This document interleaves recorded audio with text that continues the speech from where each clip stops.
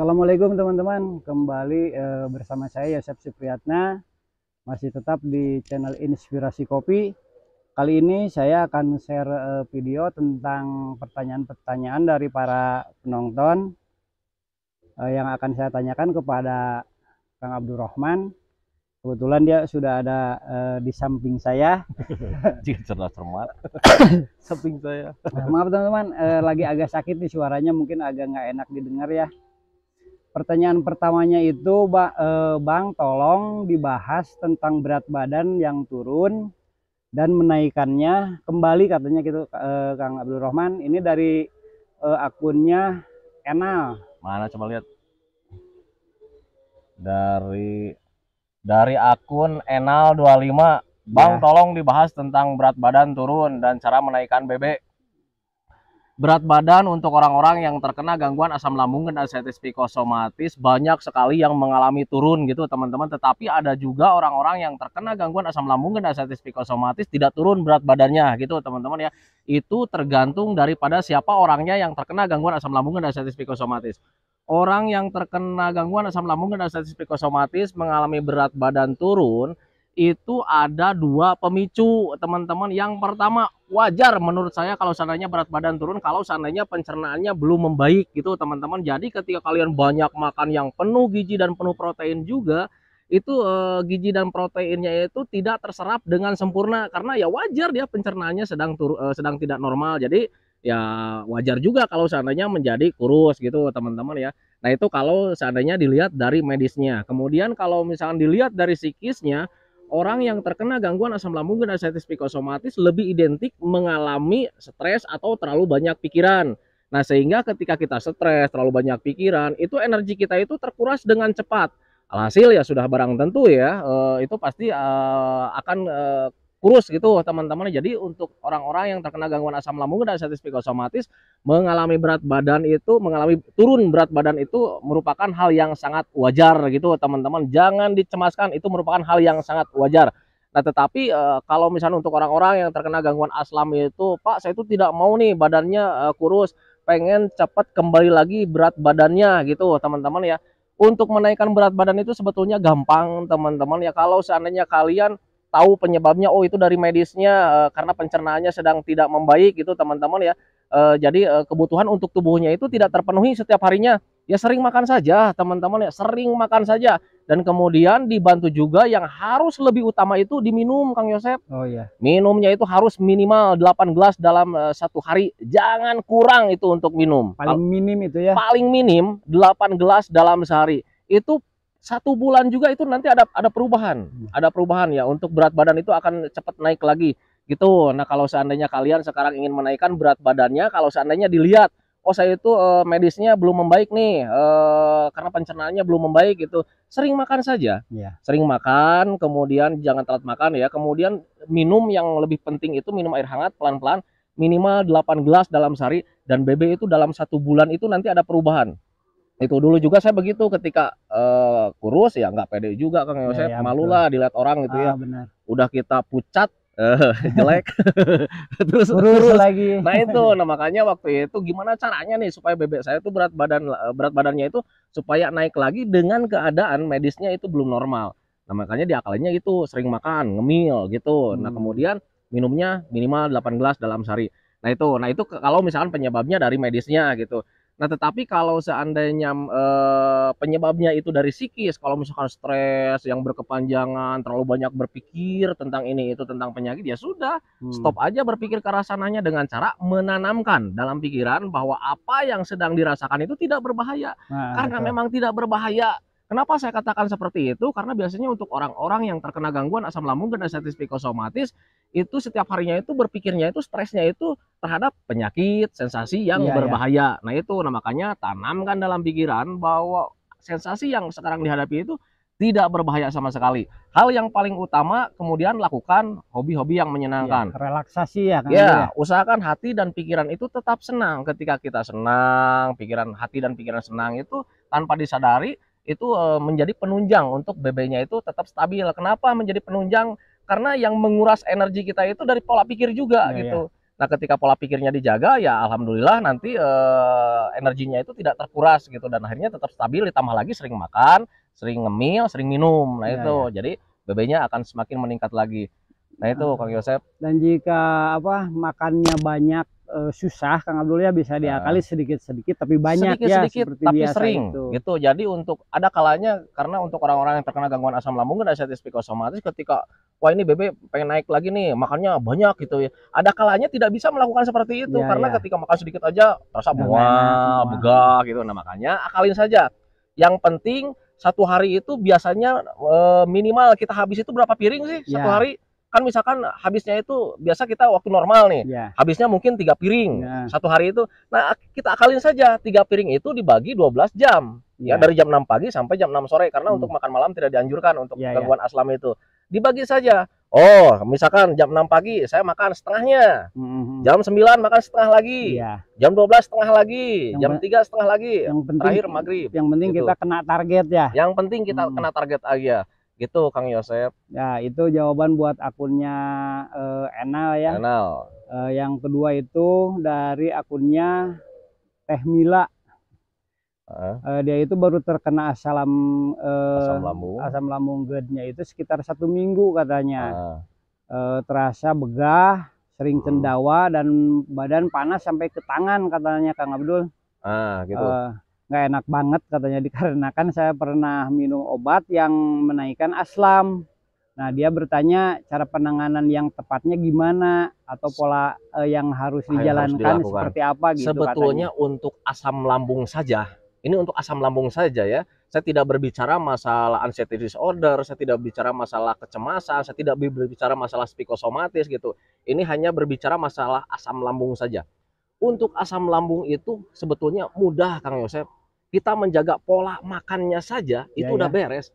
Paling lama itu 1 bulan juga udah beres gitu. Nah, makanya ketika sekarang bagi teman-teman yang baru mengalami asam lambung, kalau seandainya masih belum mengalami kecemasan, kemudian masih mengalami hal-hal yang lainnya, belum mengalami hal-hal lainnya gitu, nah tinggal menjaga pola makan saja, kemudian menjaga minumnya, beres. Tanpa diobatin itu juga nanti normal sendiri. Bisa kembali normal ya. Nah, itu. Nah, kenapa untuk orang-orang yang terkena gangguan asam lambung itu terasanya itu sangat hebat gitu, terganggu sekali gitu. Nah, karena di situ sudah terjun. Nah, kecemasan di situ. Takutnya ini, takutnya ini itu gitu. Nah, jadi sehingga nanti pola pikirnya itu berubah, takutnya mendekati kematian. Nah, itu justru yang mengganggu. Nah, itu. Nah, makanya ketika orang-orang yang pertama kali menghadapi gangguan asam lambung, biar tidak ada anxiety disorder di situnya, tidak berkelanjutan ke sana. Yang penting memahami saja, oh ini asam lambung nih, harus dijaga pola makannya, harus dijaga minumnya. Toh asam lambung itu kegiatan sehari-hari. Dulu juga kita mengalami, dan bukan kita saja, semua orang yang hidup itu mengalami asam lambung, cuman dia itu jarang menyadarinya. Gitu, kayak macam begah orang lain mengalami, jangankan orang tua, anak kecil saja itu perutnya suka kembung. Nah, itu asam lambung nggak normal. Nah, itu Kang Yosep. Nah, makanya ketika orang terkena gangguan asam lambung, menjaga pola makannya saja sudah beres. Nah, berpikir logika saja. Kalau seandainya orang yang terkena gangguan asam lambung nih, sedang begah, kan itu banyak gasnya. Apakah disarankan mengkonsumsi ubi atau makanan-makanan yang bergas? Kan tidak. Ya, kenapa tidak seperti itu? Karena yang namanya asam lambung tidak normal itu identiknya itu dengan GERD. Gastroesophageal reflux disease, makanan yang kembali karena memang ada dorongan kuat dari gasnya. Nah, bayangkan saja ketika banyak gasnya, kita mengkonsumsi makanan-makanan yang banyak gasnya, kayak macam umbi-umbian, kayak macam begitu, telur rebus kuningnya kan itu mengandung gas ya. Jadi berjubah gasnya itu. Makin bertambah. Nah, makanya untuk orang-orang yang terkena gangguan asam lambung, alangkah baiknya menjaga pola makan saja itu udah beres. Nah, tetapi berbeda ketika sudah diikuti dengan anxiety disorder, ada psikosomatis juga. Nah, di situ ada mental yang harus dibenahi. Nah, itu Kang Yosep. Nah, itu jadi untuk akunnya siapa nih barusan? Dari akunnya Teh Mila ini. Nah, itu menjaga pola makan saja, hindari dulu makanan pedas-pedas, asam, santan, berlemak, hindari aja itu. Kemudian sering makan saja sedikit-sedikit gitu. Kemudian hindari ya, kayak macam minyak berlebih itu hindari. Dan yang paling utama itu biar asam lambungnya tetap netral, usahakan minumnya jangan kurang, minimal 8 gelas dalam sehari.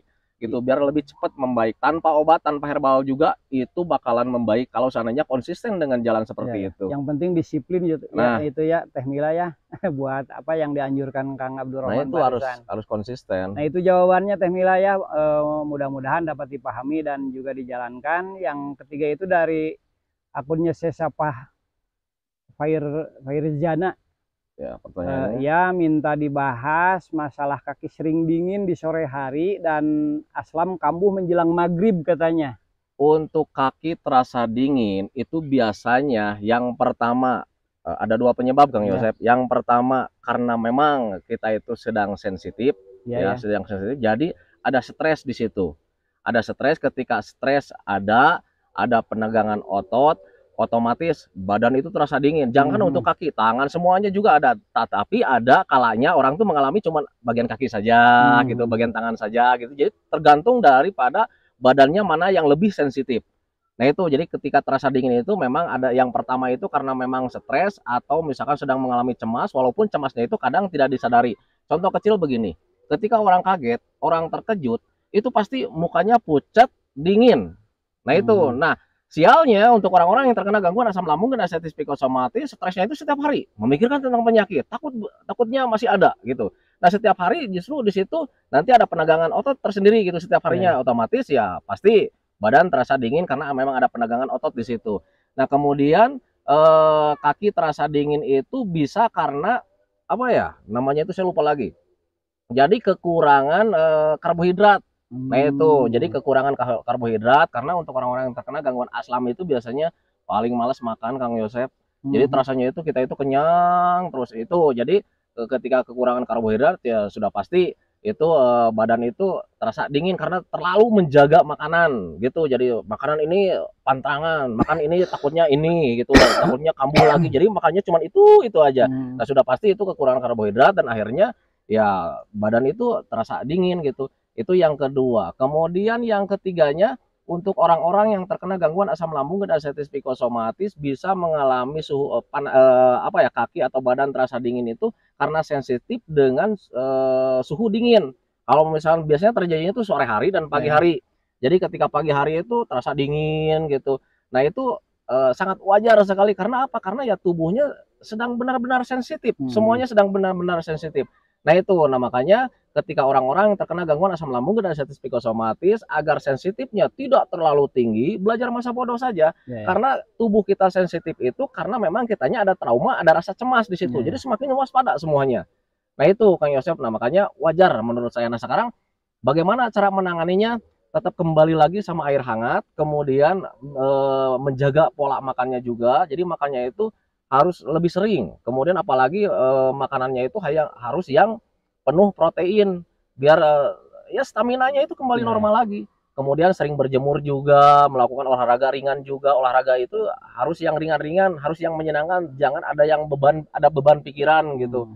Nah itu Kang Yosep. Nah itu jawaban buat akunnya Sesa Farzana ya. Ini pertanyaannya sama dengan yang apa? Akunnya siapa ini? Ada lagi pertanyaan yang lain? Sama akunnya Darmaji nih. Oh, sama itu sama ya. Pertanyaannya berarti jawabannya juga itu sama juga ya. Gitu.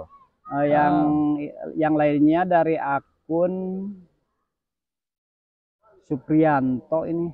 Ya Supriyanto Yanto. Ya, badan terasa meriang terus katanya, gemeteran dan perut kembung terus dan pikiran kemana-mana katanya gitu. Nah untuk badan meriang, kemudian apalagi barusan? Meriang, pikiran kemana-mana dan gemeteran katanya. Gemeteran. Sebetulnya badan meriang itu hanya respon tubuh saja. Nah gitu, jadi ketika kita stres, ketika kita terlalu banyak pikiran itu terasa penuh sekali gitu. Setiap harinya memikirkan tentang penyakit, memikirkan tentang ini itu, ya akhirnya respon tubuh itu ya bisa meriang.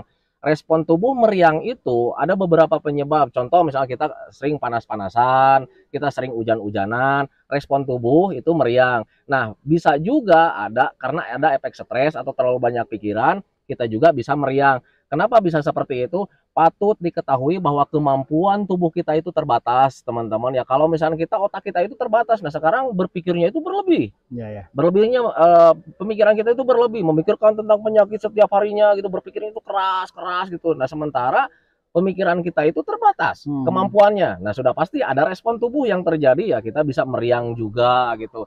Nah, itu dan untuk meriang itu banyak sekali penyebabnya Kang Yosep. Untuk orang-orang yang terkena gangguan asam lambung dan diabetes psikosomatis itu banyak sekali penyebabnya.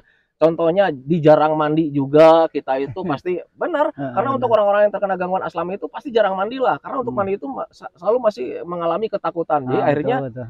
ada hawa tubuh yang selalu hangat terus, dan kembali lagi badan kita itu terbatas kemampuannya ketika hangat terus ya akhirnya panas, ya. menjadi panas, menjadi beriang, menjadi gerah-gerah nggak jelas.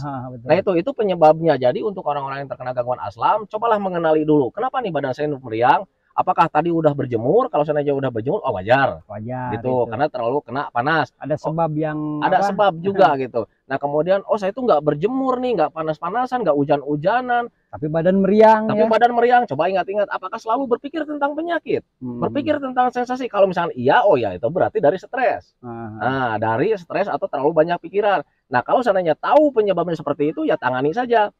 Panas-panasan ya udah stop dulu panas-panasannya. Terlalu hujan-hujanannya, stop hujan-hujanannya. Kemudian masih berpikir tentang penyakit, ya stop berpikir tentang penyakit. Nah, kemudian bagaimana caranya untuk penunjangnya? Kembali lagi, yang namanya makan itu jangan ditinggalin. Prinsipnya begini, orang sakit tidak akan membaik tanpa makan. Nah, makanya makan paksakan saja. Kemudian minumnya minimal 8 gelas dalam sehari. Kemudian kita itu jangan terlalu sering rebahan di siang hari. Tapi Pak, ini saya sedang sakit. Ya tetap saja di siang hari itu jangan terlalu rebahan gitu. Jadi alangkah baiknya kalau misalkan kalian meriang juga gitu ya, alangkah baiknya duduk saja, duduk manis saja sambil nyender. Yang penting hindari terlalu rebahan. Kenapa harus dihindari rebahan? Karena ketika sering rebahan itu untuk orang-orang yang terkena gangguan asam lambung dan diabetes psikosomatis itu lebih dominan asam lambungnya cepat naik lagi. Nanti ketika naik lagi ada sensasi lagi di bagian atas, nanti dibikin cemas lagi, pikirannya nggak dijaga lagi, malah bertambah efeknya itu. Itu malah bertambah lagi efeknya. Nah, justru untuk orang yang asam itu menghindari stres. Nah, makanya dijaga juga apa yang nanti akan hadir. Jadi mentang-mentang sekarang lagi sakit nih, rebahan setiap hari, nanti justru asam lambungnya tambah naik, ada sensasi, malah jadi pikiran lagi. Karena belum paham, ini sensasi apa lagi, jadi pikiran lagi. Jadi kalau seperti itu cenderung lebih parah nantinya. Cenderung lebih parah. Makanya untuk setidak nyaman pun, ini khusus untuk asam lambung ya, saya tidak bercerita tentang masalah gangguan yang lain ya, khusus untuk asam lambung. Jadi ketika tidak nyaman pun kalian usahakan jangan sering rebahan. Kalaupun misalnya kalian tidak kuat, cukup duduk aja, duduk manis sambil agak nyender gitu teman-teman ya. Pokoknya intinya harus sering hindari rebahan. Bahkan ketika tidur di malam hari juga, ketika asam lambungnya belum normal, untuk tidur itu disarankan agak menyender, jangan terlalu berbaring. Nah, itu Kang Yosep, itu jawabannya gitu. Gimana Kang Abdul, durasinya udah terlalu panjang belum? Hampir mau 20 menit. Dibuka dulu. Ini masih ada pertanyaan yang lain. Satu lagi nih, 5 menit lagi ya.